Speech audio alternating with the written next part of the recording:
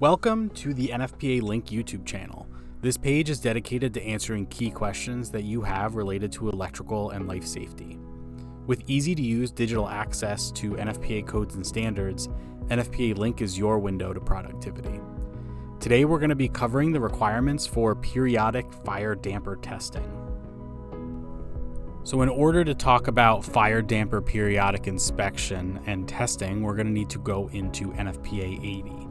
So let's go ahead and open up NFPA 80. So we can see NFPA 80 is the standard for fire doors and other opening protectives. Fire dampers are going to be our other opening protective that we're looking at.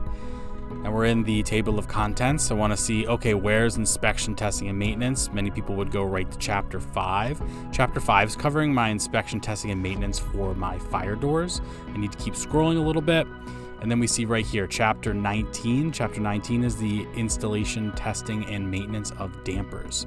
So if you look in here, we can go right to 19.5, which is our section titled Periodic Testing.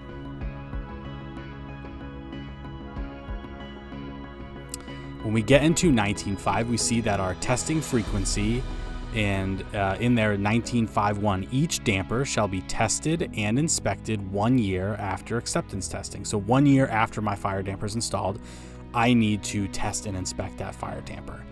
Then after the inspection and test required by 19.5.1.1 up here is completed, the frequency shall then be every 4 years, so I can increase that up to 4 years, except if I'm in a building containing a hospital, in which my frequency gets to increase up to 6 years. So that's my frequency, 1 year after initial installation, and then either 4 or 6 years after that. And then I'm not going to go into all the detail about the specific test methods, but if we scroll down here, 19.5.2 is the test method for that periodic test. And we see that we've got requirements here. If it's a fusible link operated damper, we can scroll through all the requirements how to perform that test there. And then other additional requirements for if it is a damper that does not use a fusible link. And then additionally, there's some requirements in there if I want to perform some remote inspection methods, and then some remote testing as well in there provided. If I scroll down more, I've got a little bit of how do I document these types of tests being completed. And in there, those are all my requirements for my periodic testing and inspection of my fire dampers. We hope that provided some insight into periodic fire damper testing.